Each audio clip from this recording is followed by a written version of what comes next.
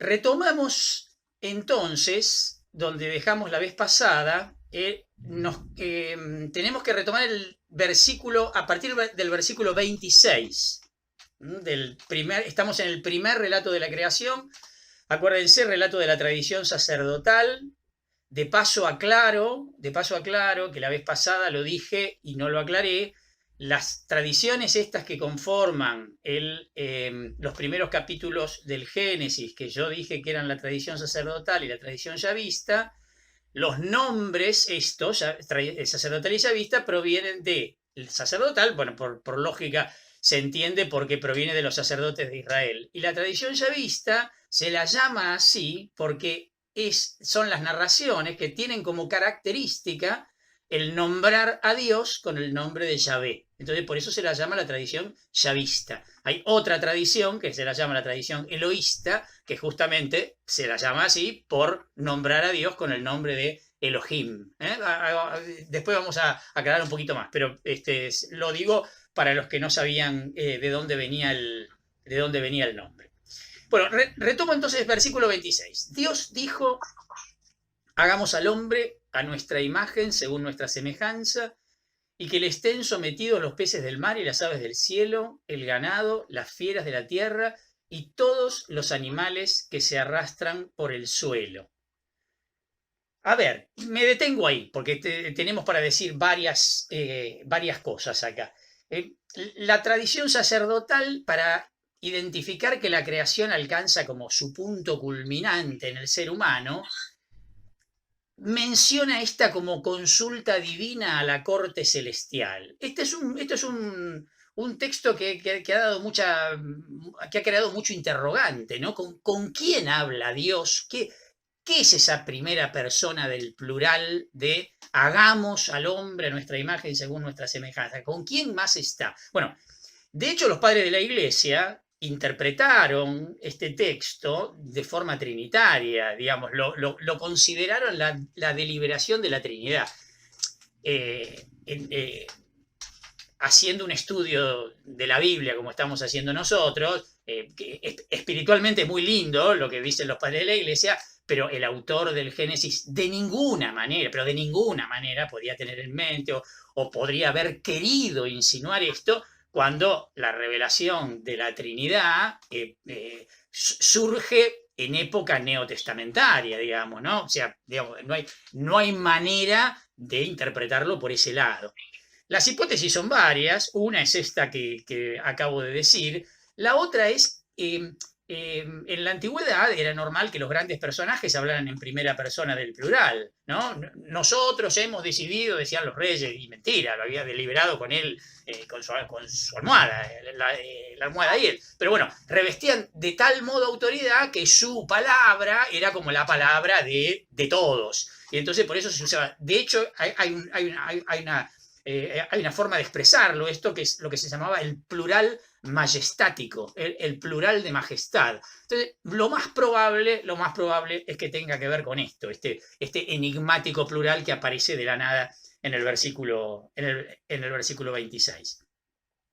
De todos modos, en la Biblia también es cierto que aparece la imagen de Dios como rodeado muchas veces con su cohorte celestial, con los ángeles. En el comienzo del libro de Job, justamente, no sé si lo tienen, el libro de Job, un libro de la literatura sapiencial del Antiguo Testamento, también hay una idea similar, lo que podríamos llamar a una idea similar a esto. Dice en el libro de Job, capítulo 1, versículos 6 y 7, dice: el día en que los hijos de Dios fueron a presentarse delante del Señor, también el adversario estaba en medio de ellos. El Señor le dijo: ¿de dónde vienes? El adversario respondió al Señor: de rondar por la tierra yendo de aquí para allá.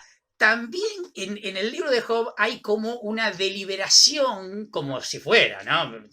Es simbólico, obvio, ¿no? Pero como una deliberación de Dios en el cielo, donde se habla de los hijos de Dios, refiriéndose seguramente a los ángeles, e incluso aparece el tema del adversario, ¿no? Como el demonio, pero sí como el antagonista, siguiendo con lo que veníamos hablando antes, ¿no? O sea que es propio de la mentalidad del Antiguo Testamento. Alguna de estas hipótesis será la correcta. Lo que sí es cierto es que esta referencia atenúa un poco el antropomorfismo de lo que seguramente habrá sido el poema primitivo, que va a venir ahora en el versículo 27, donde aparece el tema de la creación del hombre a imagen de Dios, ¿no?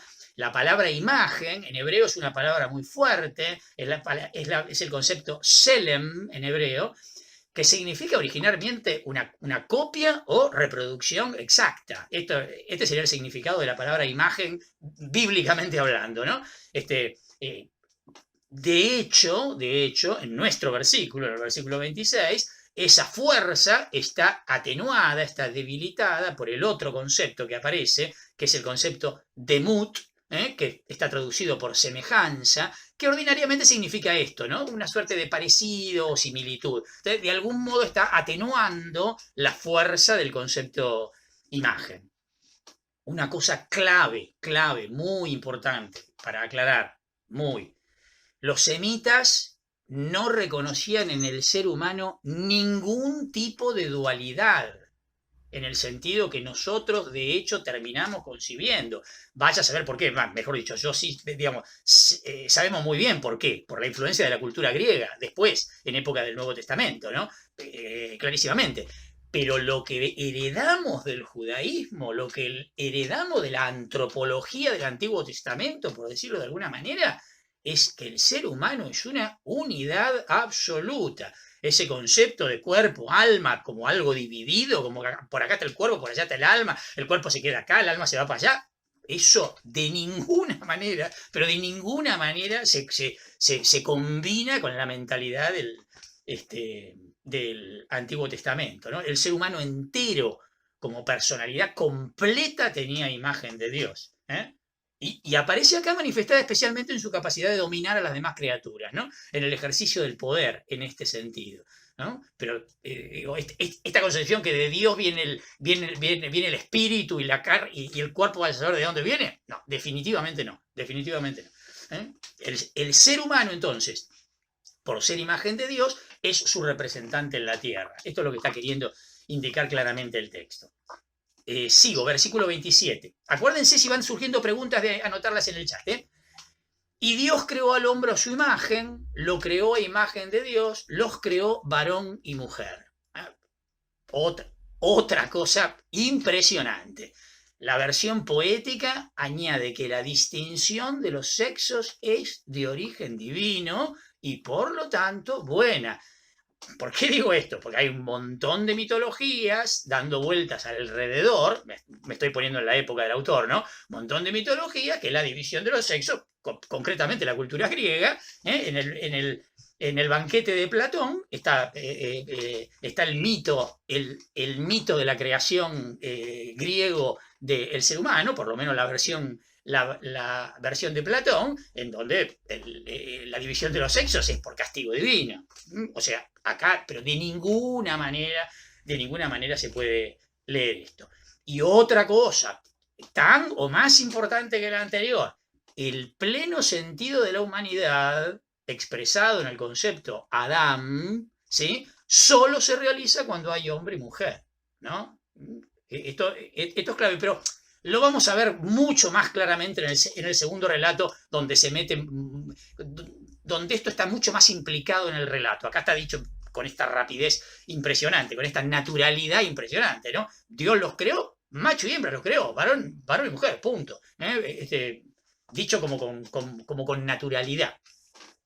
Hay una suerte de comentario inspirado en este pasaje en el Salmo 8.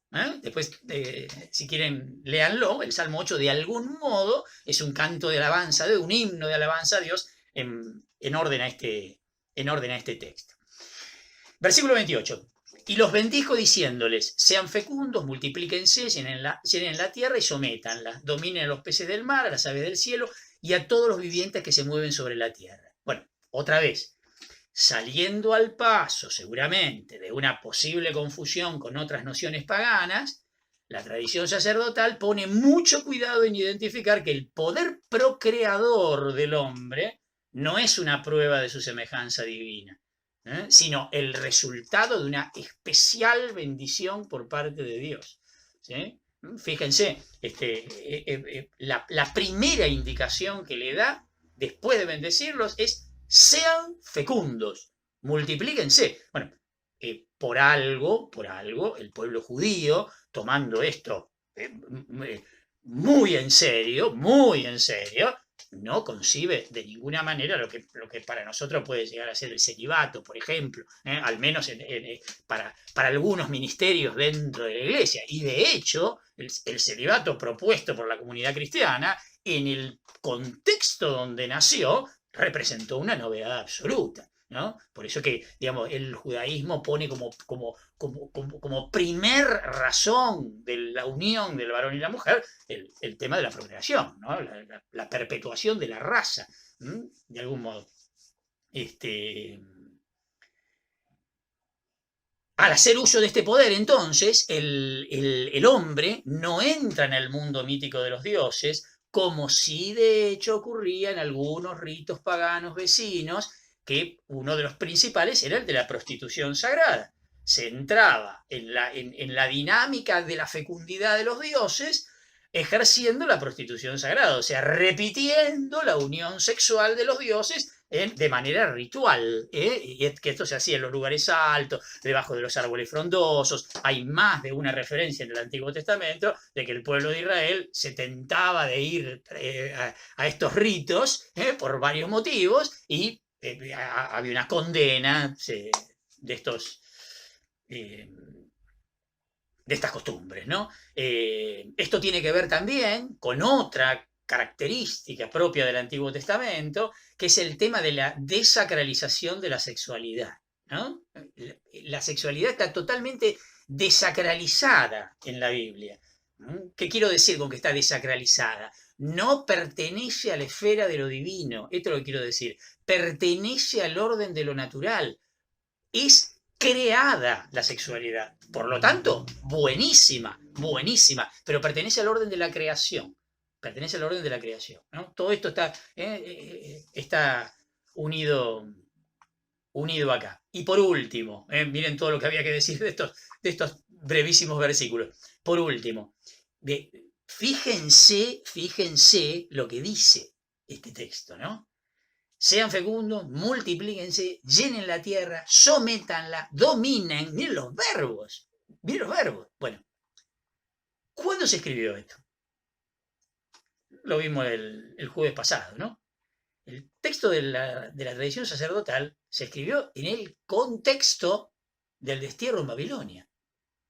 Uno de los momentos más oscuros y tristes de la historia de Israel, donde estaban dominados en tierra extranjera, ¿sí? Alejados del templo, alejados del culto, alejados de, como para ellos, el templo y el culto eran la referencia a Dios, alejados de Dios, alejados de la tierra prometida. Bueno, fíjense, en medio de ese contexto, el autor sacerdotal le está diciendo, no Dios el día de la creación, los sacerdotes a los judíos cautivos en Babilonia le están diciendo, miren para qué nos creó Dios. Dios no nos creó para esto que estamos viviendo. Dios nos creó para ser fecundos, para multiplicarnos, para llenar la tierra, someterla y dominar. Miren el mensaje de esperanza que significa para un pueblo sometido, un pueblo esclavizado, escuchar que su Dios en el fondo tiene como objetivo esto y que por lo tanto en algún momento se logrará. Bueno, esto digamos, la tradición sacerdotal junto con el profeta Ezequiel, de esa época también, fueron los que mantuvieron la esperanza del pueblo de Israel en el destierro en Babilonia. Y manteniendo esa esperanza, lograron que cuando volvieron del destierro, volvieron no solo con un hilito de vida, no, volvieron fortalecidos por toda esta esperanza generada por la tradición sacerdotal. Este es uno de los textos claves para interpretar eso, ¿no? Es mucho más lo que se le está diciendo al pueblo de Israel en el desierto que lo que Dios haya dicho en el sexto día de la creación, que es todo un símbolo, ¿no? Bueno, avanzamos. El dominio de los animales está expresado con verbos muy fuertes. El verbo radá en hebreo habría que traducirlo por hollar, que sería someter. El verbo kabash significa poner bajo los pies, ¿no? El gobierno del hombre, aún así, el gobierno del hombre, sin embargo, no es omnímodo como el poder divino, sino que es tan solo el embajador de Dios. ¿Sí? Esto queda claro. Versículos 29 y 30, que están como, hay una misma idea. Y continúo diciendo, yo les doy todas las plantas que producen semilla sobre la tierra y todos los árboles que dan fruto con semilla. Ellos les servirán de alimento. Y a todas las fieras de la tierra, a todos los pájaros del cielo y a todos los vivientes que se arrastran por el suelo, les doy como alimento el pasto verde. Lindísima, lindísima imagen.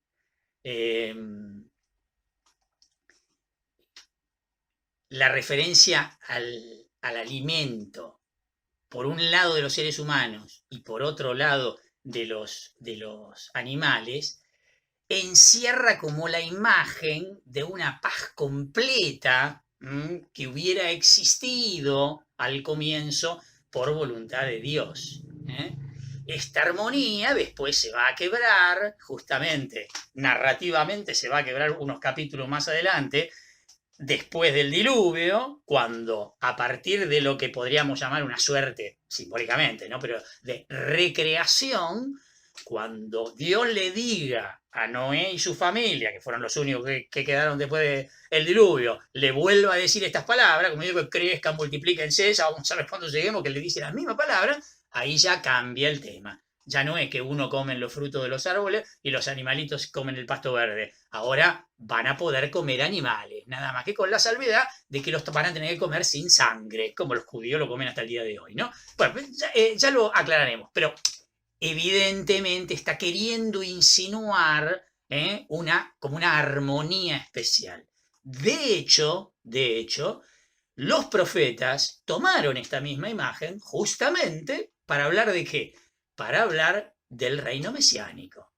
El reino mesiánico también se lo describe de esa manera. Hay un texto hermosísimo en el libro de Isaías, en el capítulo 11, versículos 6 al 8, que se los recomiendo que lo lean, que es maravilloso. Se describe el reino mesiánico como un reino justamente en donde las relaciones, no solo entre los seres humanos, sino entre el ser humano y la naturaleza, son relaciones de,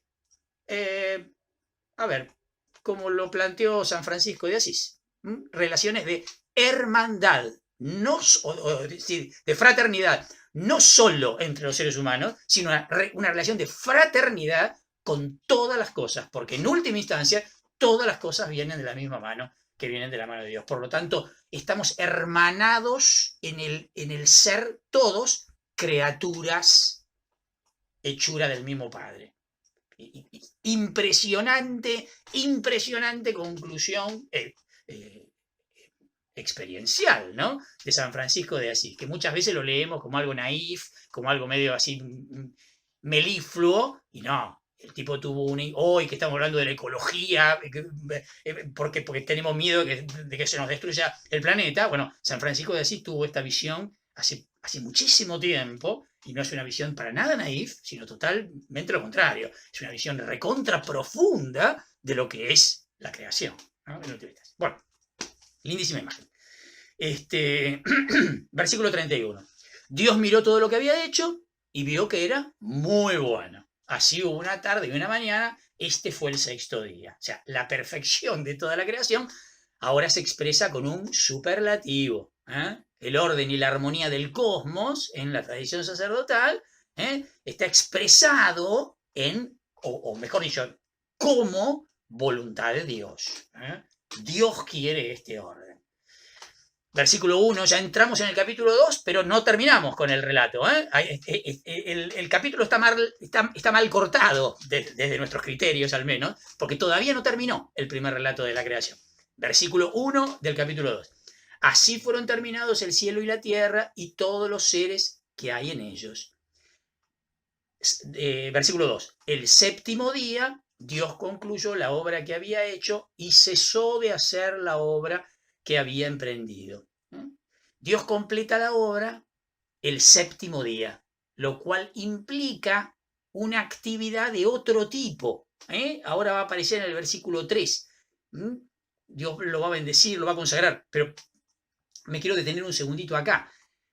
Aparece esta idea de que Él crea un día de descanso, pero claramente Dios no puede descansar, porque si Dios, tengan en cuenta la imagen, por Dios, no estoy hablando unívocamente, pero digo, Dios no puede descansar, pues si Dios descansa, desaparecemos, ¿se entiende? Dios es el único que no puede descansar. Bueno, ¿por qué estoy diciendo esto? Porque en el Evangelio de Juan hay una referencia implícita, hay que verla como entre persianas, a este tema.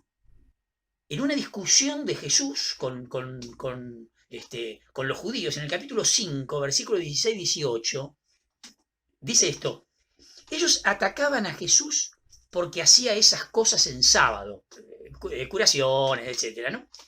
Él les respondió: mi padre trabaja siempre, en referencia a esto, y yo también trabajo, dice. Pero para los judíos esta era una razón más para matarlo, porque no solo violaba el sábado, sino que se hacía igual a Dios llamándolo su propio Padre. El argumento que pone Jesús en el Evangelio de Juan, ¿por qué Él hace cosas en sábado? Es porque Él se identifica con Dios. Porque Dios aún en sábado trabaja. Dios aún en sábado está vigente. Él no está sujeto al descanso. El descanso es para todo lo demás que no sea Él. Maravilloso esto, ¿eh? Versículo 3, entonces. Ahora viene, ¿en qué consiste la acción de Dios del séptimo día? Dios bendijo el séptimo día y lo consagró, porque en él cesó de hacer la obra que había creado. Fíjense, en un majestuoso descanso surge una relación especial entre el cosmos, el orden, y el creador, que se expresa en la bendición, que es la dotación de poderes vitales, digamos, por decirlo de algún modo, y la santificación o consagración, que es la separación, la segregación, en el buen sentido de la palabra, como esto lo separo para mí. Bueno, Dios separa en este sentido. Esto es lo que significa la consagración en última instancia, expresado en el día sábado. Entonces, la tradición sacerdotal supone que Israel, al observar el sábado, imita el descanso divino y por lo tanto recibe esos mismos beneficios. O sea, el sábado descansando recibe la bendición y es reconsagrado. Por algo, el sábado fue una de las instituciones claves de la mantención de la identidad del pueblo judío en el destierro en Babilonia. En el destierro en Babilonia, lo más lógico que hubiese pasado es que el pueblo de Israel hubiese desaparecido como cultura, digamos, porque se hubiese mezclado con otros pueblos y hubiese desaparecido como cultura por la mezcla con los demás. No es que se hubiesen muerto las personas, quiero decir, hubiesen desaparecido como cultura. Bueno, gracias a la tradición sacerdotal, como les decía hace un ratito, y al profeta Ezequiel y otros, pero bueno, estos son los que aparecen con más renombre, lograron encontrar los puntos claves para decir quiénes somos. ¿Quiénes somos? ¿No? Nosotros somos los que el sábado descansamos. Ahí van judíos. ¿Por qué? Y porque, mira, no trabaja en sábado. ¿Se entiende? Hasta el día de hoy pasa esto. Fíjense entonces, acabamos de descubrir No sé si la única razón, pero una de las razones por las cuales el autor sacerdotal quiso contar la creación en 7 días. Estamos delante del objetivo. El objetivo es realzar como voluntad de Dios el descanso sabático. O sea, poner desde el principio de la creación la orden de Dios a su pueblo de que el sábado tiene que descansar. Y eso es signo de identidad entre su pueblo. Fabuloso, ¿eh? Impresionante. Esta relación además aparece como algo que nunca termina, porque de hecho no se alude, como en todos los demás días, a la tarde y la mañana, este fue el día séptimo. No se repite el mismo esquema que todo el resto de los días anteriores. Interesantísimo, ¿eh? Es como que esto quedó abierto. Versículo 4, mejor dicho, primera parte del versículo 4, ahí termina nuestro primer relato. Este fue el origen del cielo y de la tierra cuando fueron creados. ¿Se acuerdan cuando el jueves pasado yo hablé de la inclusión? Bueno, acá quedó clara la inclusión. Vuelve a aparecer el concepto cielo y tierra. En el principio creó Dios el cielo y la tierra. Este fue el origen del cielo y la tierra. Arriba y abajo. Track. Acá empieza, acá termina la unidad literaria del primer relato de la creación. Maravilloso, ¿eh? Qué sé yo, no sé qué les parece a ustedes. A mí me parece realmente maravilloso. Me surge una pregunta. ¿Dios creó en 6 días y al séptimo descansó porque los judíos descansan en sábado? ¿O los judíos descansan en sábado porque Dios creó en 6 días y al séptimo descansó? Ahí me salí bien. La segunda opción es la que se quiere dar a entender, sin ningún lugar a dudas. Sin ningún lugar a dudas. El mensaje del texto es ese. Nosotros descansamos en sábado. ¿Por qué? Anda a leer la primera hoja de la Biblia. Porque Dios creó en 6 días y en el séptimo descansó. O sea, nosotros imitamos a nuestro Dios. Fantástico. Ahora, analizando el texto, la tradición sacerdotal contó la creación de esta manera porque quería poner la fundamentación del sábado en el relato de la creación. O sea, conclusión, de verdad, está dicho, no es que Dios creó en 6 días, no, está dicho que Dios creó en 6 días y el séptimo descansó para fundamentar nuestra conducta, porque nosotros descansamos en sábado. ¿Sí? ¿Se entiende? Buenísimo, ¿eh? Buenísimo. Es maravilloso esto. Última mención. La palabra Toledot, con la que termina, este fue el origen, es una típica palabra de la tradición sacerdotal especialmente, porque es con las que se inician las genealogías, las famosas genealogías, ¿no? La generación, justamente. De ahí viene.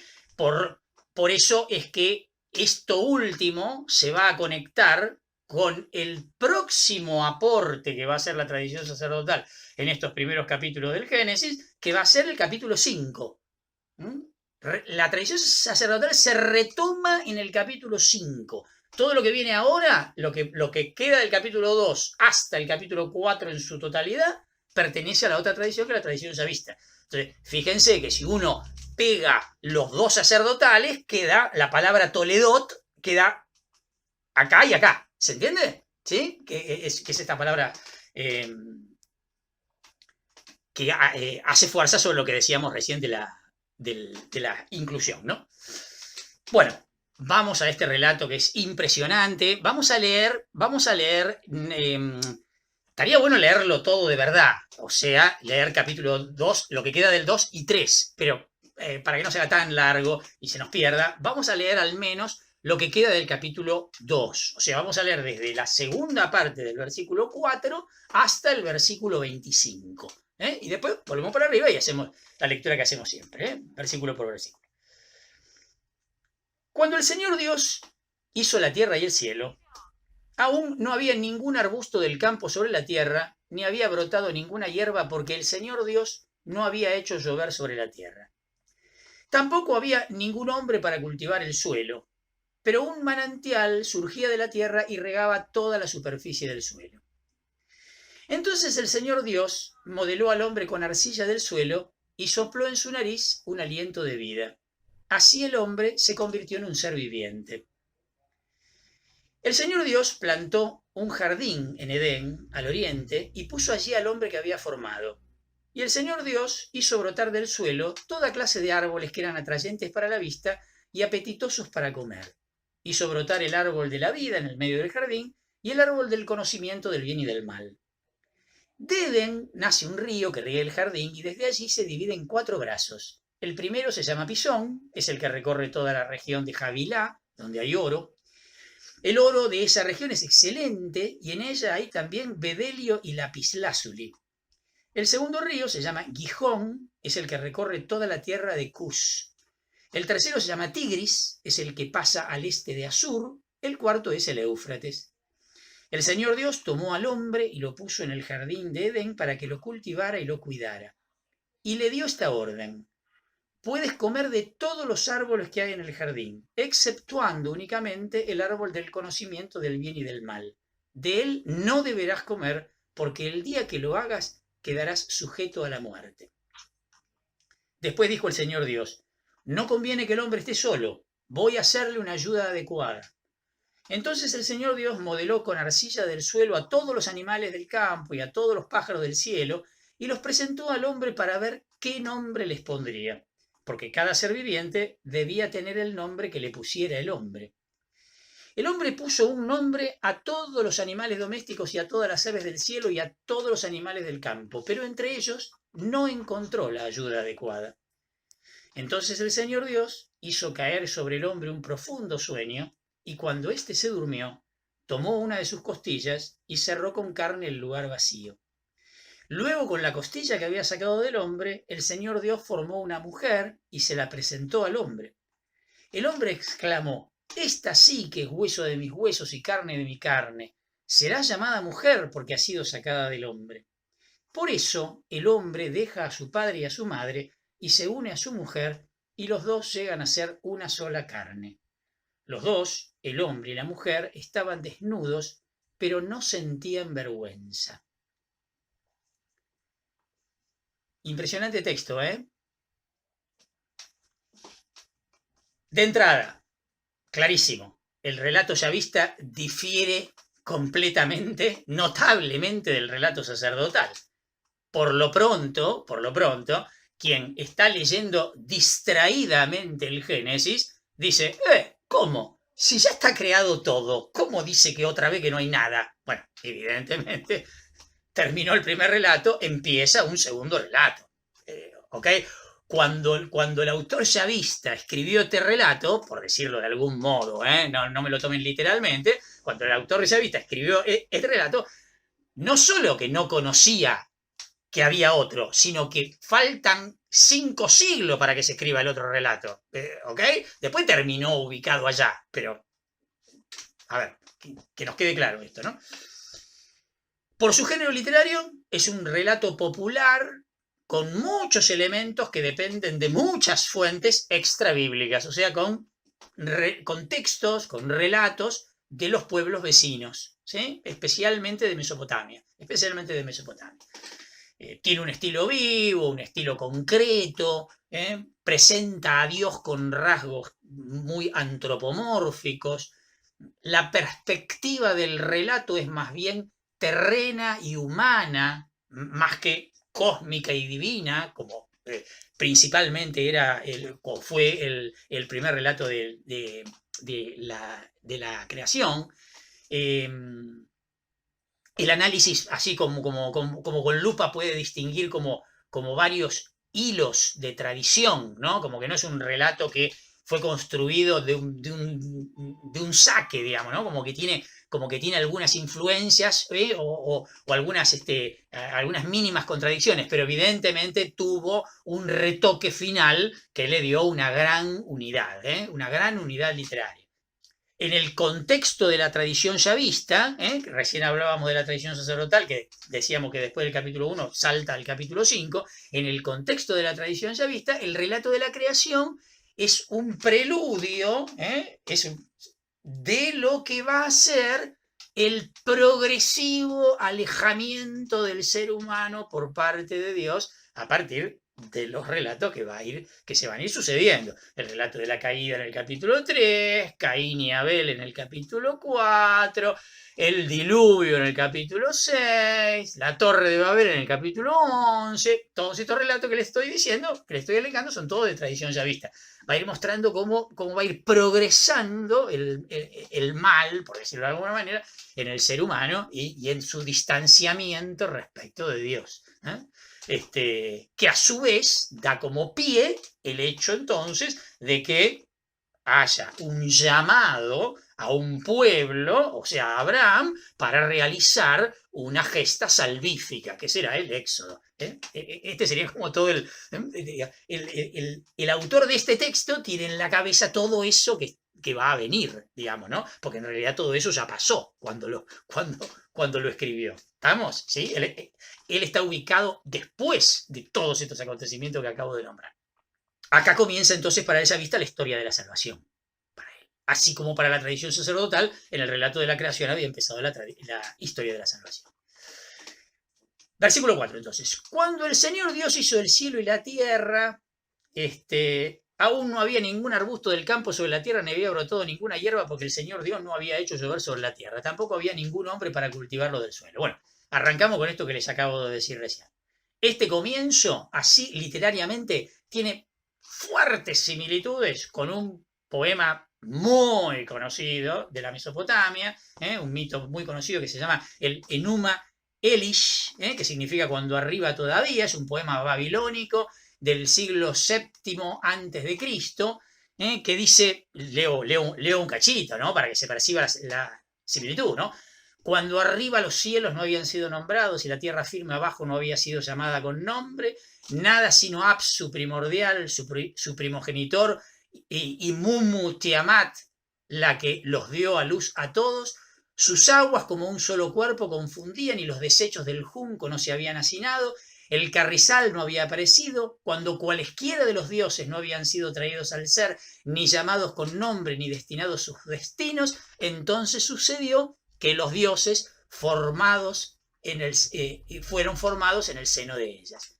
Narrativamente estamos muy parecidos. Evidentemente, este texto ha habido una mutua influencia, evidentemente, entre el Enuma Elish y el relato yavista de la creación. Los que tengan el libro del pueblo de Dios, ¿no? La versión más amigable que tenemos de la Biblia, sin ningún lugar a dudas, porque fue traducida por argentinos, no van a poder percibir exactamente, o visualmente, mejor dicho, lo que voy a decir, más vale que sí lo van a poder percibir. En el Antiguo Testamento, a Dios se lo suele nombrar de dos maneras especialmente. A veces se lo nombra como Yahvé, de ahí lo que decíamos antes de la tradición yavista, y a veces se lo nombra como Elohim, que significa, que justifica la otra tradición, que es la tradición elohista, que todavía no apareció en nuestro relato. El nombre de Yahvé, no vamos a esperar a llegar al Éxodo para explicarlo esto, es una forma arcaica en realidad del verbo ser, que de casi imposible traducción, por lo menos quiero decir de traducción exacta. Se suele traducir como el que es, yo soy el que soy, se suele traducir de esa manera. Hay muchos que insisten, especialmente por el tema de que yo soy el que hago ser, aparece esta noción como muy ligada a nuestro modo de entender a Dios, que es un Dios, que es un modo más metafísico, un modo, el ser de todas las cosas, ¿no? La causa de ser de todas las cosas. Es un planteo, yo le diría casi aristotélico, y por el lado de los griegos, y tomista por el lado nuestro, medio ajeno a la mentalidad bíblica. Por eso es que muchos tienden a entender esta forma arcaica del verbo ser, como pasa en muchas otras lenguas. Vieron que el verbo ser y el verbo estar en muchas lenguas está identificado. El verb to be en inglés es ser o estar. Bueno, el Dios que está, más que el Dios que es, es bien de la teología del Antiguo Testamento. Si hay algo claro en el Antiguo Testamento, es el mensaje de no temas, Dios está contigo. Justamente lo que quiere decir el Antiguo Testamento es que Dios está con Israel. Bueno, de hecho nosotros esto lo heredamos entero, en paquete. Una de las grandes formulaciones de Jesús es el Emanuel, el Evangelio de Mateo, que es el más judío de todos los evangelios. Esto lo pone con una claridad meridiana. Acuérdense del último versículo del Evangelio de Mateo: yo estoy con ustedes todos los días hasta el fin del mundo. Bueno, entonces iría por ahí, pero en realidad no es un nombre propio. Para los judíos termina siendo un nombre propio. Por eso es que ellos, por todo lo que les hablé de la importancia y de la fuerza que tiene el nombre, no lo nombran, no lo nombran. Y cada vez que en el texto aparecen las 4 letras hebreas que conforman Yahvé, tengo que aclarar un montón de cosas. En hebreo no se escriben las vocales. En hebreo se escriben nada más que las consonantes. Las vocales las pone el que lee, fonetiza el texto el que lee. ¿Vamos bien? Originalmente, la Biblia está escrita sin vocales. El Antiguo Testamento está escrito sin vocales. Mucho tiempo después, estoy hablando en el siglo IX de nuestra era, sacerdotes judíos lo que hicieron para fijar el texto, para que quede una interpretación única del Antiguo Testamento, lo que hicieron fue ponerle vocales al texto bíblico, al texto hebreo, ¿sí? Por medio de signos. Y de esa manera quedó fijado el texto en lo que quiere decir cada palabra, que algunas, al no tener vocales, podían tener una interpretación ambigua. ¿Vamos bien hasta acá? Bueno. ¿Qué hicieron entonces los judíos para no nombrar el nombre de Dios, no decir Yahvé, pero de algún modo leer el texto? Cada vez que leen eso, ellos dicen Adonai, que significa el Señor. Entonces, en el texto vocalizado, si ustedes ven un texto moderno del hebreo bíblico, se van a encontrar que las vocales de Yahvé son las vocales de Adonai. Entonces, cada vez que aparece en el texto hebreo el concepto Yahvé, quedó como lo que se suele llamar un barbarismo, que es la mezcla de las consonantes de una palabra, de la palabra Yahvé, con la mezcla de las vocales de otra palabra, que es Adonai, que es el Señor. De ahí es que surge este concepto resultante de esta mezcla, que es el Yehová, que es el famoso Jehová. Jehová viene de ahí. Es el modo en que esas traducciones de la Biblia, que normalmente son la de nuestros hermanos protestantes,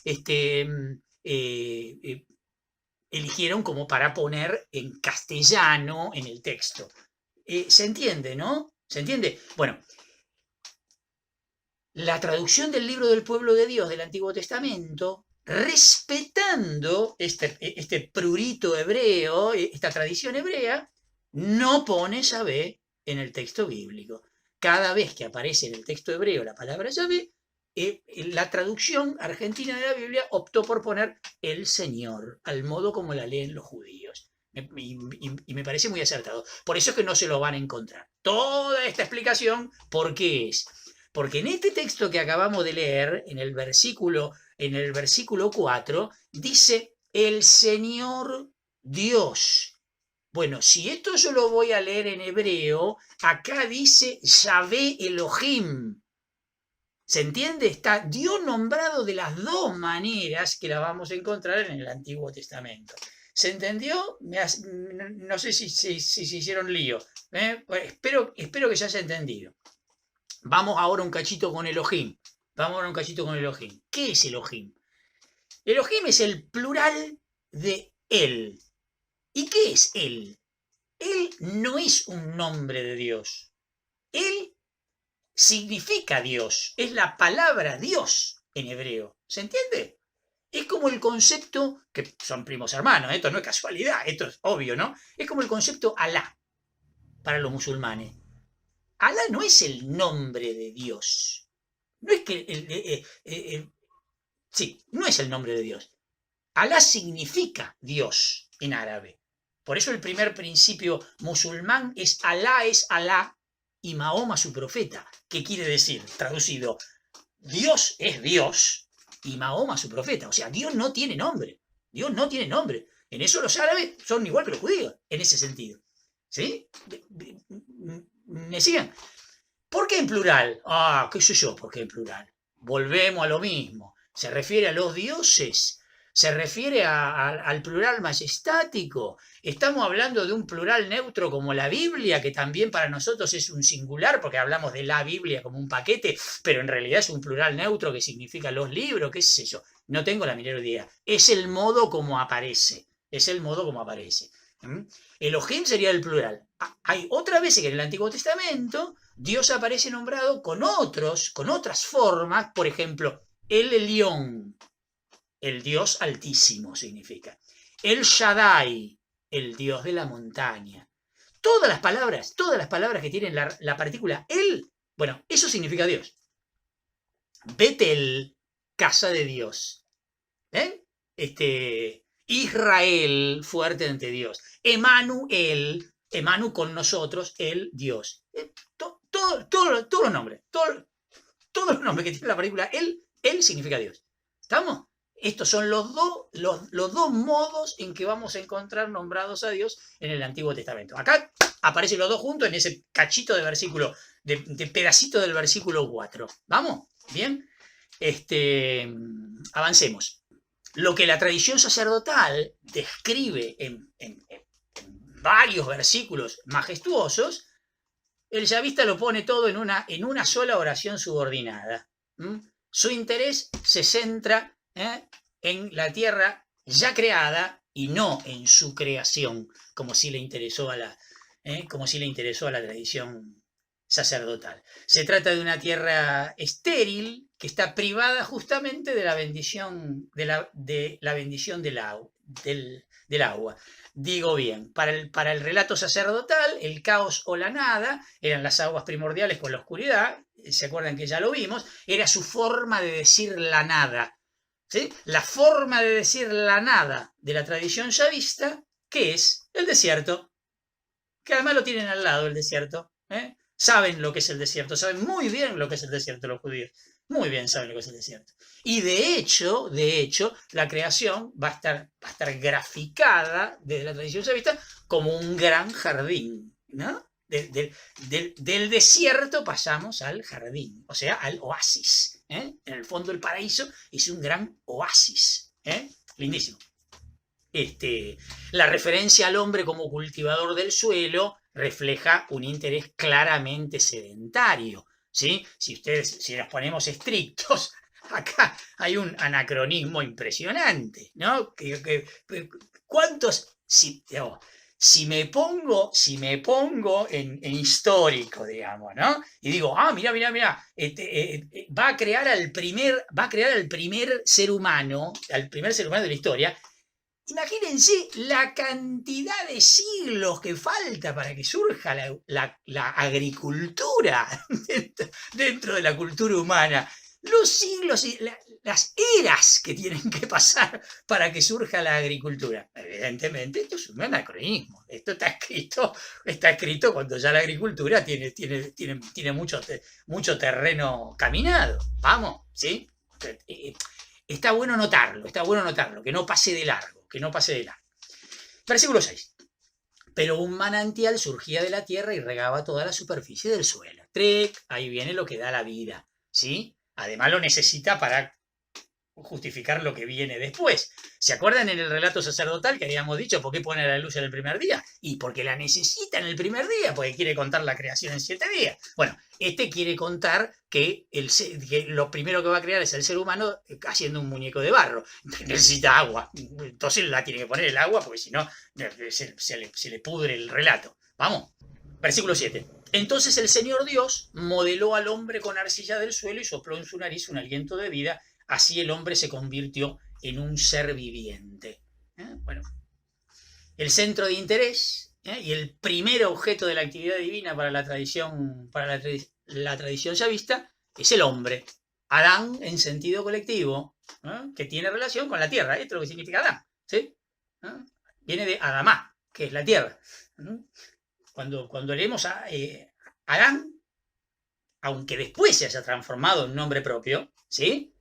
Después aparezca como nombre propio, en realidad Adán, nosotros tendríamos que entender, me sale el concepto de las películas de marcianos, ¿vieron? El terrícola, el de la tierra, el terrestre sería, ¿sí? El propio de la tierra, como origen y como lugar de hábitat, por el lado que lo quieran mirar. Pero esto es lo que significa Adán, en realidad. La tierra está destinada para uso del hombre y a su vez va a volver a la tierra. Ya lo veremos ahora enseguida en el capítulo 3, ahora enseguida. Vaya a saber cuántos juegos van a pasar, ¿no? Pero en el capítulo 3, digo, en el próximo capítulo. Pero el hombre también posee un género de vida que lo distingue del resto de los seres terrestres. Una vida que viene de Dios. El concepto Nismat Hajim, que aparece acá, que es este aliento de vida. Le sopló en sus narices, dice, un aliento de vida, y así lo hizo un ser viviente. Tenemos como para quedarnos 4 jueves con este versículo 7. Exagero un poco, pero no tanto. A ver, este texto nos dio unos dolores de cabeza impresionantes. ¿Por qué? Y porque durante siglos, y cuando digo durante siglos, digo muchos siglos, 16 por lo menos, unánimemente 16 por lo menos, pero aún hay gente que todavía hace llegar esto que voy a decir al siglo XXI. Hemos leído toda la Biblia como si fuera un libro de historia. ¿Sí? Y entonces, leyendo este versículo 7, hemos concluido que Dios así había creado al ser humano.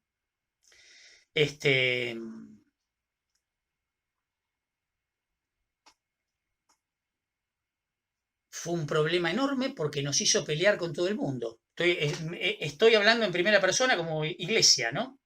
Nos hizo pelear con todo el mundo. Tengan en cuenta, ¿no? Como para dimensionar. Nosotros leemos este texto y todos los textos de la Biblia, ¿no? Y terminamos diciendo, es palabra de Dios. Y a coro decimos todos, te alabamos, Señor. ¿Qué quiero decir con esto? Es una autoridad impresionante lo que estamos reconociendo en el texto. Es muy importante saber entonces cómo tenemos que interpretarlo, porque de la interpretación saldrá, pero absolutamente, iba a decir casi, no, absolutamente, un posicionamiento existencial va a salir de ahí. No me estoy refiriendo solo a un conocimiento o a una opinión, no, un posicionamiento existencial. Por lo tanto, la interpretación es clave, que es esto que humildemente estamos tratando de hacer nosotros acá, ¿no? Y por esa autoridad, este planteo duró siglos. Imagínense, frente a semejante claridad que Dios formó. Imagínense que alguien venga y se le ocurra plantear la teoría de algún evolucionismo. ¿Se entiende? No, pero estás loco. Mirá lo que dice la Biblia. Les decía que íbamos a volver sobre el tema del creacionismo y todo esto. Tenemos que saber distinguir algunas cosas que me parece que son fundamentales. Un contexto para poder hablar sólido de esto que vamos a hablar. ¿Sí? De hablar sólido de esto que vamos a hablar. Para eso existen la diversidad de las ciencias. La filosofía es la ciencia de los por qué. La filosofía va por ese camino. Las ciencias empíricas van más bien por el lado de los cómo, ¿por qué? Pero lo mecánico, por decirlo de alguna manera. Y la teología va por el lado de lo que Dios me va dando a entender a lo largo de la historia, ¿no? De cómo Dios se va revelando a lo largo de la historia.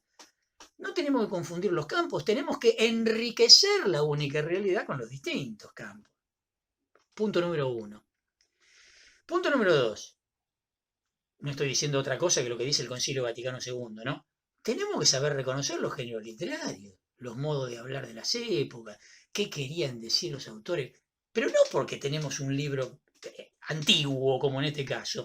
Cualquier libro que leamos, tengo que interpretarlo, porque nunca ningún discurso es unívoco. ¿No? No sé si alguna vez se lo han puesto a pensar esto. Supongo que sí, qué sé yo, no sé. Todo discurso de cualquier cosa, pero de cualquier cosa que se plantee, proviene de la boca de un ser humano. Que estudió, reflexionó, ¿sí? Investigó, pensó, todo lo que ustedes quieran. Pero es la boca de un ser humano. O la pluma de un ser humano. ¿Me entienden? Por lo tanto, todo discurso proviene de un sujeto. ¿Y qué quiere decir esto? Que todo discurso es subjetivo. No es unívoco. Nadie puede arrogarse el decir que su formulación describe la realidad. Nadie puede arrogarse. A ver si me entienden. Digo, porque estamos en un tema como muy álgido acá, ¿eh? En el Evangelio de Juan dice que Jesucristo es la verdad. Yo soy el camino, la verdad y la vida. Él es la verdad. Sí, sin ningún lugar a dudas. Él es la verdad. Ahora, todo lo que decimos de Él se acerca a la verdad.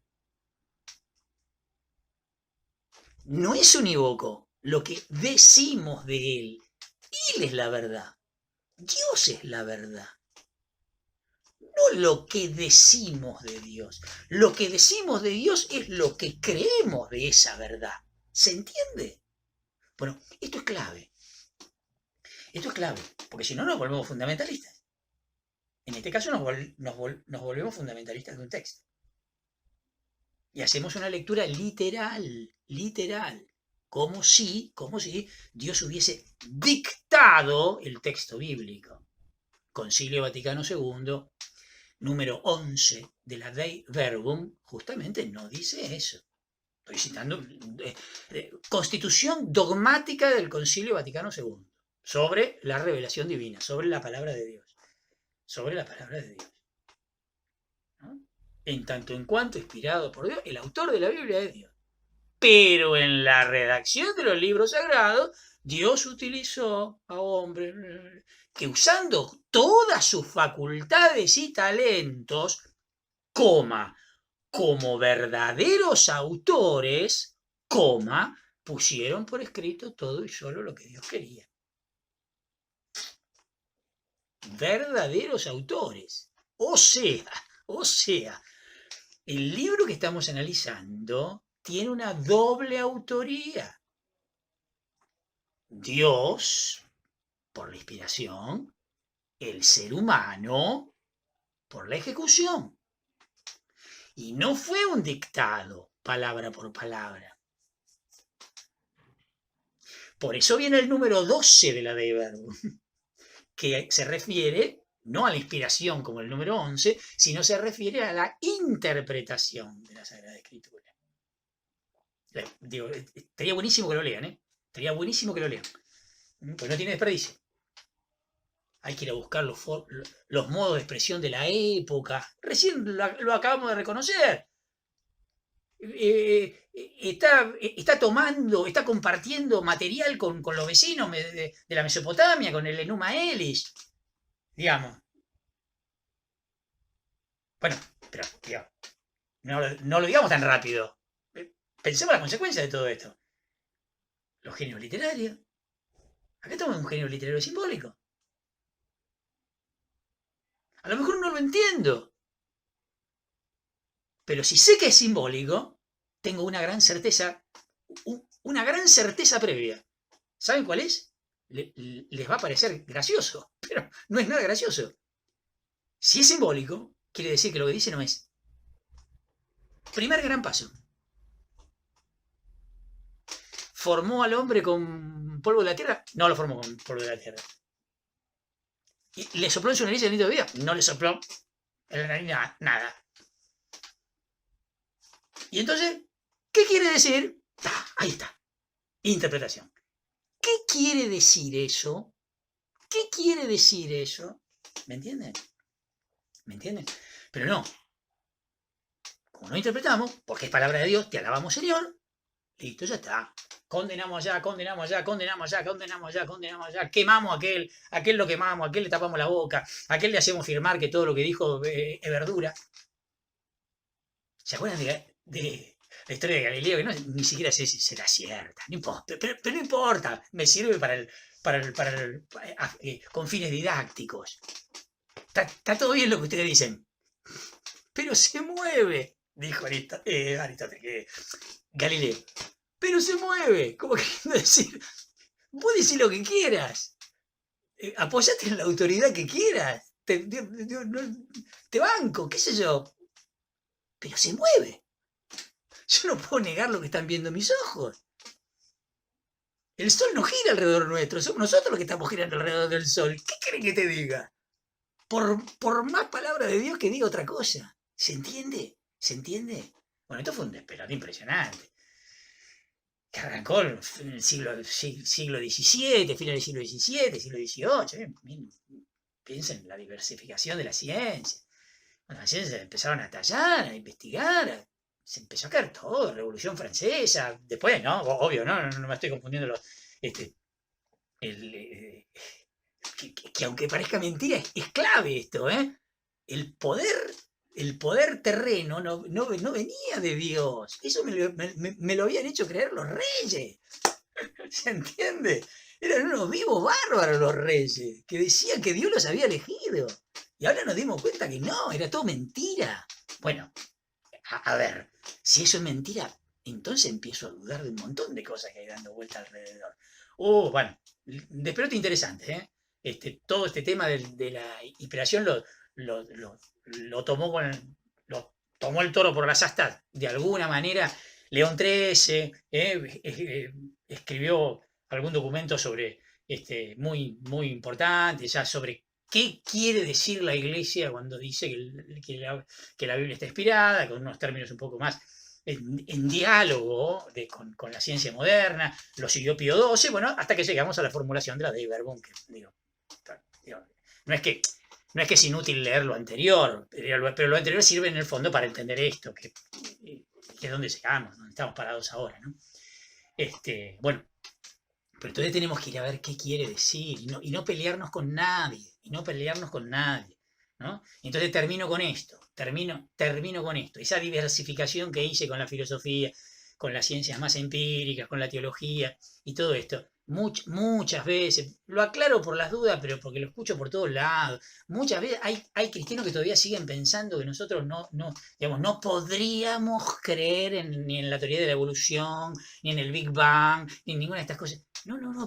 Primero que esa cosa no hay que creerla. Esas cosas se van por el lado del pero se mueve de Galileo, digamos. Son cosas que se van comprobando, a pesar de que son teorías, ¿eh? Digo, ojo, cuidado, ¿no? Tampoco dogmaticemos la ciencia. Pero digo, a pesar de que son teorías. Pero además, no tienen nada que ver con la fe. ¿No? ¿Por qué digo? Porque se refieren a los cómo, a los cuándo, a los dónde. No al porqué de las cosas, no al porqué, no se refieren hacia en el principio está Dios o no hay nada. Es un problema filosófico. A quien está pensando en el Big Bang, Por poner un ejemplo tonto y rápido y sin perder tiempo, digo, ¿no? A quien está pensando en el Big Bang, no le interesa quién está atrás, porque en el fondo siempre hay un atrás. Lo digo re simplista, re burdo lo digo, ¿no? Pero ¿en qué consiste la teoría del Big Bang? Un mini átomo que explotó dando como resultado todo lo que existe e incluso con la posibilidad de que esto esté en expansión, pero que en un momento empiece un camino de vuelta al mini átomo inicial, como en un ciclo. Ponele. Y ahí la creencia, no, digamos, no es que digo que se queda afuera, pero no se altera, porque tiene que ver con el cómo eso. ¿De dónde salió el miniátomo? ¿Cómo explotó? Y bueno, o el miniátomo se creó con generación espontánea y explotó por azar, ¿sí? Lo que diría un ateo, qué sé yo. O Dios creó el miniátomo y lo hizo explotar. ¿Se entiende? Que es lo que describe el primer relato de la creación. ¿Se entiende? O la teoría de la evolución. No digo que el texto haya que leerlo así, por Dios, por Dios, porque es un texto simbólico. Entonces tiene múltiples lecturas posibles. Pero, ¿qué dice la teoría de la evolución? Así tan burdamente como lo dijimos, como lo hicimos recién con el Big Bang, que evolucionamos de alguna especie, fuimos evolucionando, y hay todo como un misterio científico incluso, ¿no? De cómo se logró el paso de la animalidad a la racionalidad, ¿no? El labón perdido y todas estas cosas, ¿no? Pues antes y después se lo puede seguir, ¿no? Australopithecus, Cromañón, Neandertal, etcétera, etcétera, etcétera, y después pasamos al Homo y todos los homos que vienen después. Pero acá hay como un vacío, por decirlo de algún modo, que es el salto de la animalidad a la racionalidad, como que medio como no le estamos encontrando la vuelta a eso, ¿no? Como humanidad. Bueno, a mí me gustaría, entonces Dios modeló al hombre con arcilla, ¿sí? Lo previo, y el salto cualitativo, el salto cualitativo del paso de la animalidad a la racionalidad, y sopló en sus narices aliento de vida. Y es ahí que lo hizo un ser distinto, un ser viviente en este sentido, ¿no? En este sentido que decíamos recién del Nismat Hajim, ¿sí? El hálito de vida, el aliento de vida. ¿Se entiende? Cuidado, perdón, lo vuelvo a repetir, porque no quiero que quede confundido. No estoy diciendo que este texto debe ser interpretado de esa manera. Estoy diciendo que es simbólico. Y no me está diciendo cómo es que Dios creó al ser humano, sino me está diciendo qué es el ser humano.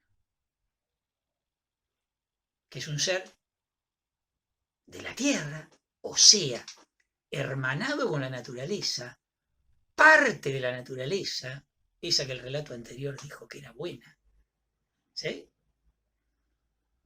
Pero que tiene la vida de Dios. Esa que el relato anterior dijo que era imagen de Dios. Es el equivalente narrativo, el equivalente figurativo de lo que el primer relato dijo en conceptos, imagen y semejanza. Maravilloso, maravilloso.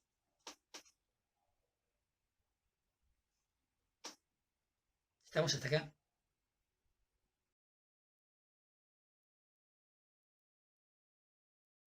Justamente los judíos con el tema de la muerte tuvieron como un largo camino, es el que nosotros reconocemos en la Biblia. Cuando uno va al Antiguo Testamento, los textos más antiguos hablan de volver con los padres, irse a dormir con los padres, es la imagen que suele aparecer. Luego va evolucionando esa imagen y aparece el concepto del Sheol. El Sheol, de ninguna manera era un concepto parecido a lo que para nosotros puede llegar a ser el infierno, ¿no? El Sheol era simplemente un lugar de vida disminuida, el lugar de los muertos, el inframundo, digamos. En casi todos los pueblos primitivos, arriba estaban los dioses, acá estamos nosotros y abajo están los muertos. Ni siquiera como castigo, ni como nada. Recién al final del Antiguo Testamento va a empezar a aparecer una noción de retribución por parte de Dios a los justos, obviamente, de resurrección. Pero estamos hablando de textos muy tardíos del Antiguo Testamento, muy tardíos del Antiguo Testamento. La fuerza de la resurrección como anuncio definitivo es, digamos, es propiedad del Nuevo Testamento, propiedad de la predicación cristiana.